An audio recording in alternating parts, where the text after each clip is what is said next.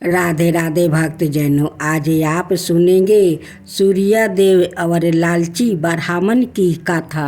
बहुत समय पहले की बात है। एक गांव में एक गरीब ब्राह्मण रहता था। वो अत्यंत धार्मिक और साधारण संपन्न जीवन जीने वाला व्यक्ति था, लेकिन उसकी गरीबी इतनी अधिक थी कि कभी कभी उसके पास भोजन के लिए भी अन्न नहीं होता था। वो अपनी पत्नी और बच्चों के साथ एक टूटी फूटी झोपड़ी में रहता था और किसी तरह भीख मांगकर अपना जीवन यापन करता था। हालांकि ब्राह्मण का एक गुण था, वो प्रतिदिन सूर्यदेव से पहले उठकर नदी में स्नान करता था और श्रद्धा भाव से सूर्यदेव की पूजा करता था। वो हमेशा सूर्यदेव के सामने बैठकर प्रार्थना करता था, प्रभु कृपा करे, मुझे इस गरीबी से मुक्ति दे। मैं अपने परिवार के लिए अच्छा जीवन चाहता हूँ। एक दिन जब उसकी गरीबी अपनी चरम सीमा पर पहुँच गई और उसकी पत्नी ने उसे ताना देना शुरू कर दिया, वो दुखी होकर जंगल की ओर चल गया। उसने सोचा कि जब तक सूर्यदेव सवाए प्रसन्न होकर उसे दर्शन नहीं देंगे, वो तपस्या से नहीं हटेगा। वो घने जंगल में एक शांत स्थान पर बैठ गया और कठोर तपस्या करने लगा। उसने ना तो अन्न ग्रहण किया और ना ही जल पिया। वो केवल सूर्य की ओर देखकर उनकी स्तुति करता था और ध्यान में लीन रहता था। धीरे धीरे उसके शरीर की शक्ति क्षीण होने लगी, लेकिन उसने हार नहीं मानी। ब्राह्मण की तपस्या देखकर सूर्यदेव अत्यंत प्रसन्न हुआ। उन्होंने दिव्य आभाव के साथ प्रकट होकर कहा, ब्राह्मण, मैं तुम्हारी तपस्या से प्रसन्न हूँ। मांगो, क्या वरदान चाहते हो? ब्राह्मण ने झुक कर प्रणाम किया और कहा, हे सूर्यदेव, मैं अत्यंत निर्धन हूँ। मुझे धन संपत्ति और ऐश्वर्य चाहिए ताकि मैं अपने परिवार के साथ सुखपूर्वक जीवन जी सकूं। सूर्यदेव ने मंद मुस्कुराने के साथ एक स्वर्ण कलश सोने का घड़ा ब्राह्मण को दिया और कहा, यह एक चमत्कारी कलश है। जब भी तुम इससे कुछ मांगोगे, ये तुम्हारी इच्छाओं को पूरा करेगा, पर ध्यान रहे, इसका उपयोग केवल अपनी आवश्यकताओं के लिए करना, अन्यथा ये अदृश्य हो जाएगा। ब्राह्मण ने स्वर्ण कलश को लिया और आनंदित होकर अपने गांव लौटा।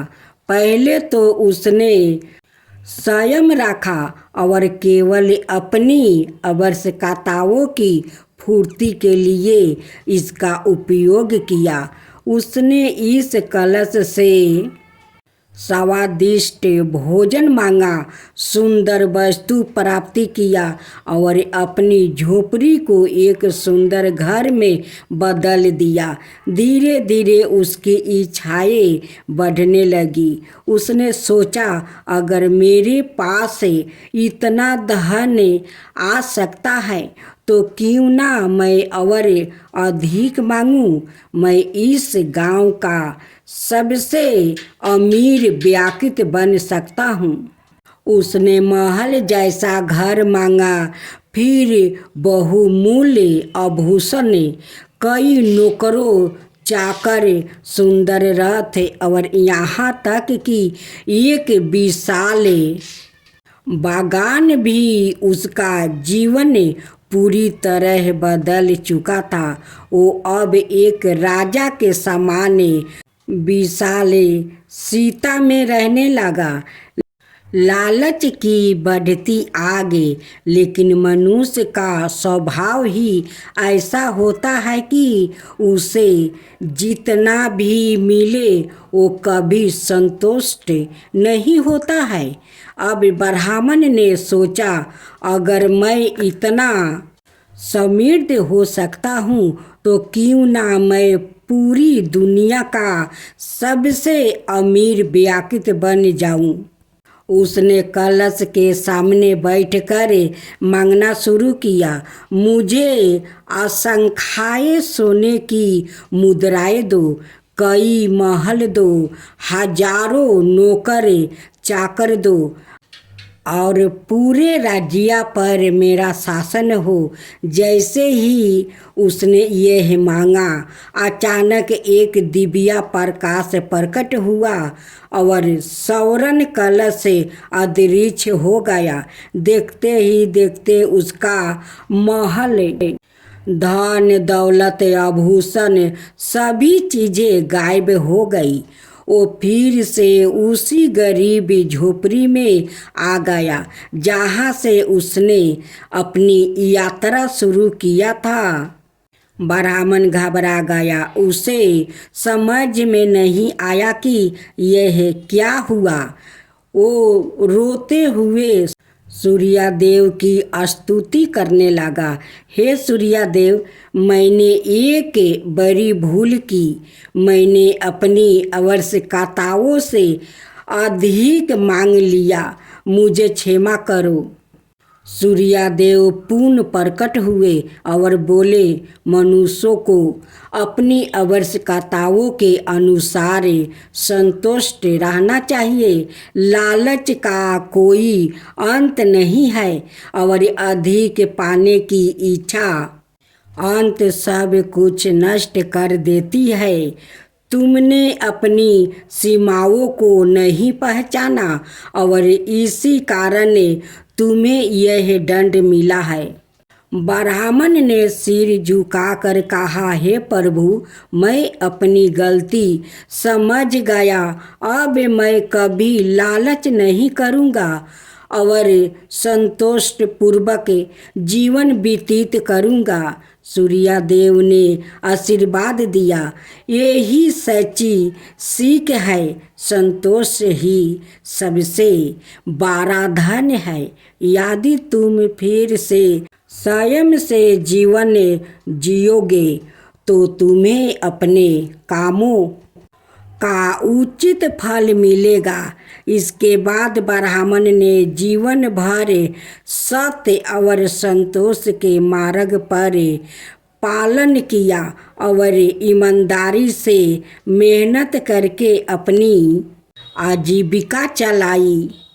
लालच का कोई अंत नहीं होता, यह अंत विनाश का कारण बनता है। ईश्वर भक्तों की प्रार्थना सुनते हैं, लेकिन संयम और धर्म का पालन करना आवश्यक है।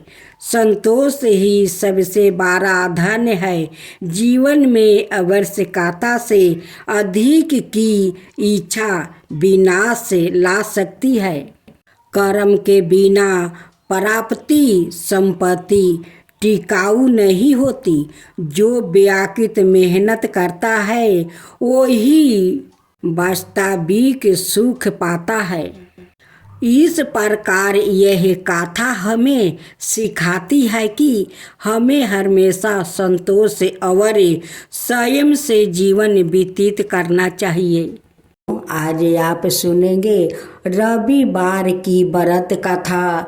जो लोग रविवार का दिन नमक छोड़ते हैं वो लोग का रविवार का व्रत कथा पूरा सुनना चाहिए, ताकि रवि देवता उन पर प्रसन्न हो जाए और उनकी सारे इच्छाएं पूरा कर दे।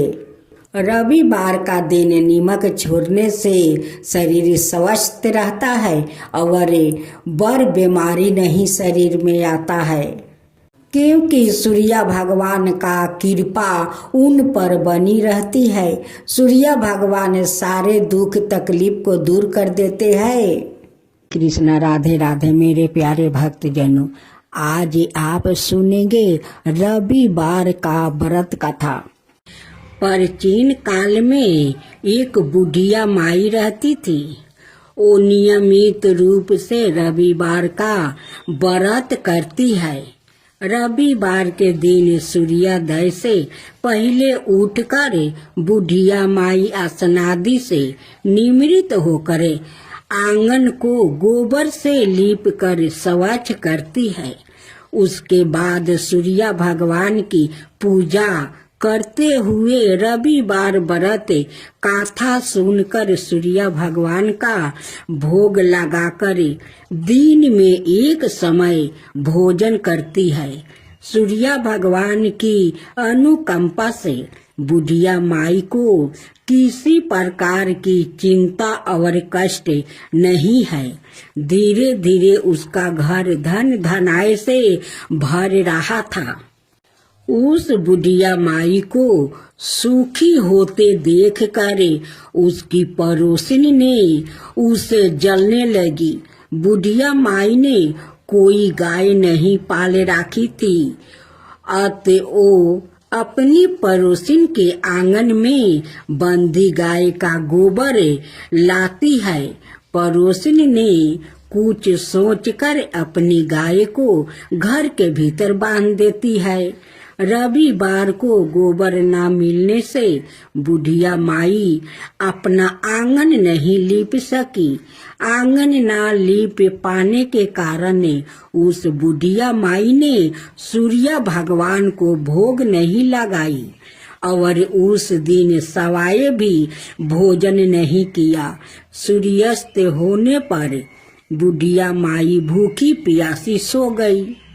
प्रात काल सूर्योदय से पूर्व उस बुढ़िया माई की आंख खुली तो वो अपने घर के आंगन में सुंदर गाय और बछड़े को देखकर हैरान हो गई। गाय को आंगन में बांधकर उसने जल्दी से उसे चारा ला कर खिलाया।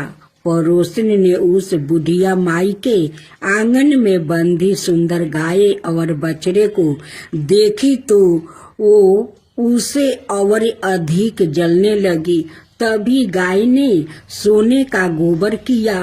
गोबर को देखते ही पड़ोसिन की आंखें फट गई। पड़ोसिन ने उस बुढ़िया माई को आस पास ना पाकर तुरंत उस गोबर को उठाया और अपने घर ले गई और अपनी गाय का गोबर वहां राख आई। सोने के गोबर से पड़ोसिन कुछ ही दिनों में धनवान हो गई। गाय प्रतिदिन सूर्योदय से पूर्व सोने का गोबर किया करती है और बुढ़िया माई के उठने के पहले पड़ोसिन उस गोबर को उठा कर ले जाती है। बहुत दिनों तक बुढ़िया माई को सोने के गोबर के बारे में कुछ पता नहीं चला।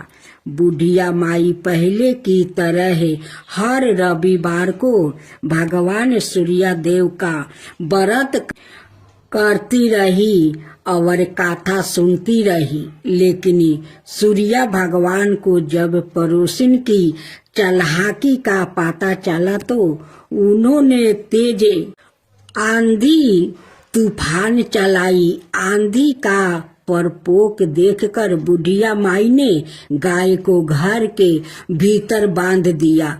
सुबह उठकर बुढ़िया माई ने सोने का गोबर देखी। उसे बहुत आश्चर्य हुआ। उस दिन के बाद बुढ़िया माई गाय को घर के भीतर बांधने लगी। सोने के गोबर से बुढ़िया माई कुछ ही दिन में बहुत धनी हो गई। उस बुढ़िया के धनी होने से पड़ोसिन बुरी तरह जल भूनकर राख हो गई और उसने अपने पति को समझा बुझाकर उसे नगर के राजा के पास भेज दिया। सुंदर गाय को देखकर राजा बहुत खुश हुआ। सुबह जब राजा ने सोने का गोबर देखा तो उसके आश्चर्य का ठिकाना न रहा।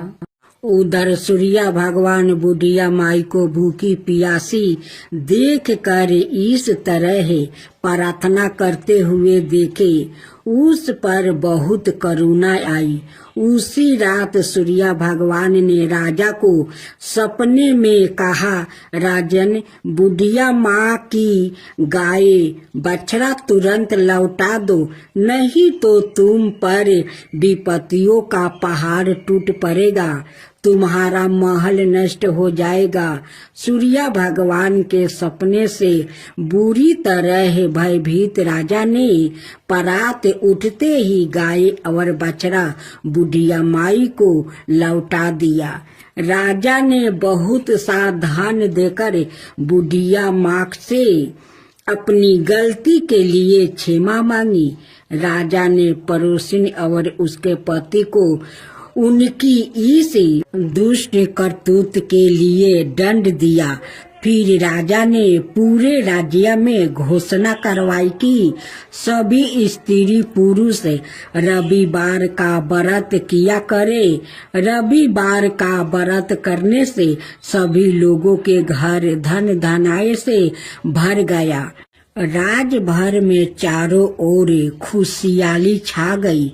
स्त्री पुरुष सुखी जीवन यापन करने लगे और सभी लोग की शारीरिक कष्ट भी दूर हो गया। अब आप सुने सूर्य उपासना। भगवान सूर्य परमात्मा नारायण के साक्षात प्रतीक है, इसलिए वो सूर्य नारायण कहलाते हैं।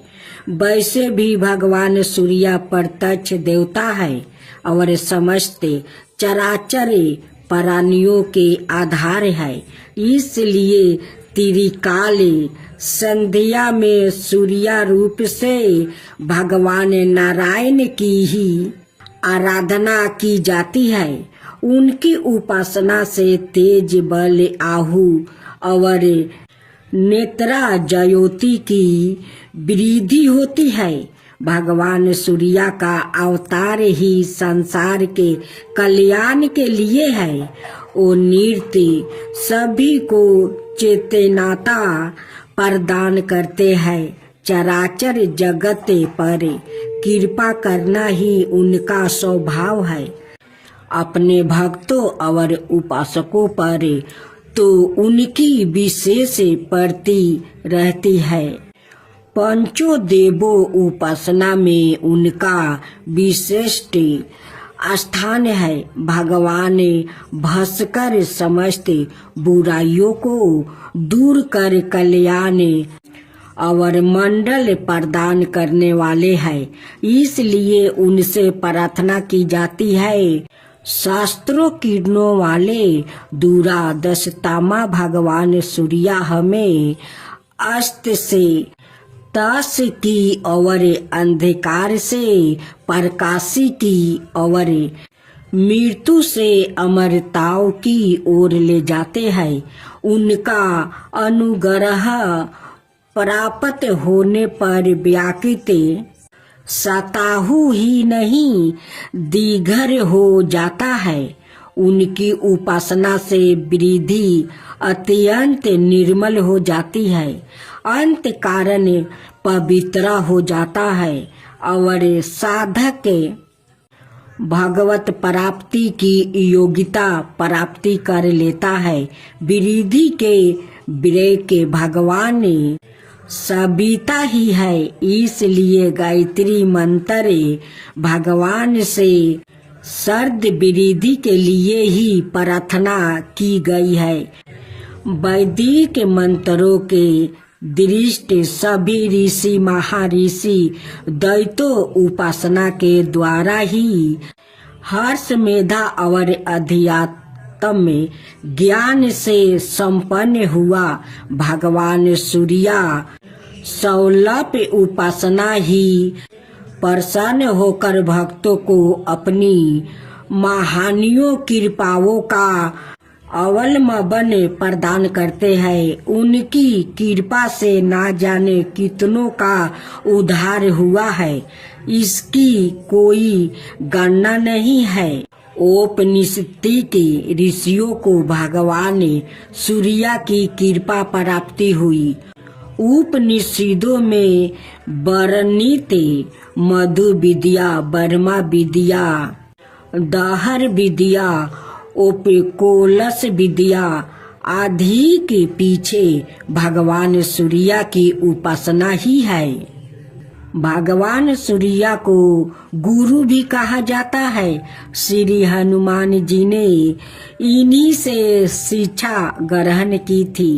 इन्हीं की कृपा से महायोगी